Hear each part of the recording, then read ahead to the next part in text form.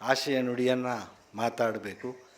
2 ನಿಮಿಷ ಮಾತಾಡಲೇಬೇಕು. ಯಾಕೆಂದರೆ ಇದು ನಾವು ಮಾತನಾಡಲೇಬೇಕಿರುವ ಕಾಲ, ಮೌನವನ್ನು ವಹಿಸಬಾರದ ಕಾಲ ಆಗಿರೋದ್ರಿಂದ ನಾವು ಮಾತಾಡಲೇಬೇಕು.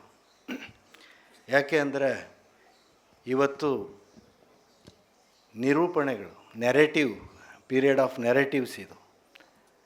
ನೀವು ಹೆಂಗೆ ನೆರೇಟಿವ್ಗಳನ್ನು ಕಟ್ತೀರೋ ಹಾಗೆ ಆ ನೆರೇಟಿವ್ಗಳನ್ನು ಬೆನ್ನು ಬಿದ್ದು ಜನ ಅದನ್ನು ನಂಬಿಕೊಂಡು ಅವರ ಜಗತ್ತನ್ನಾಗಿ ರೂಪಾಂತರಿಸ್ತಿರುವಂಥ ಕಾಲದಲ್ಲಿ ನಾವು ಸತ್ಯವನ್ನು ಮಾತಾಡಲೇಬೇಕು, ಹೇಳಲೇಬೇಕಾದ ಕಾಲ.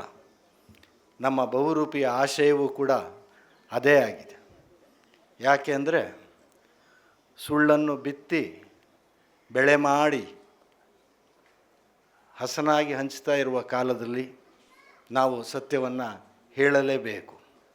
ಸತ್ಯವನ್ನೇ ಹೇಳುತ್ತೇವೆ ಅಂತ ಸುಳ್ಳನ್ನು ಹೇಳುತ್ತಿರುವ ಕಾಲದಲ್ಲಿ ನಾವು ಸತ್ಯವನ್ನು ಮಾತಾಡಲೇಬೇಕು.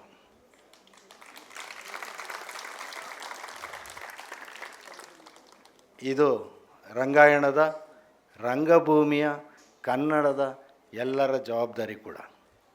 ನಾವು ಈ ಜವಾಬ್ದಾರಿಯಿಂದ ತಪ್ಪಿಸ್ಕೊಳ್ಳೋದಕ್ಕೆ ಬರೋದಿಲ್ಲ.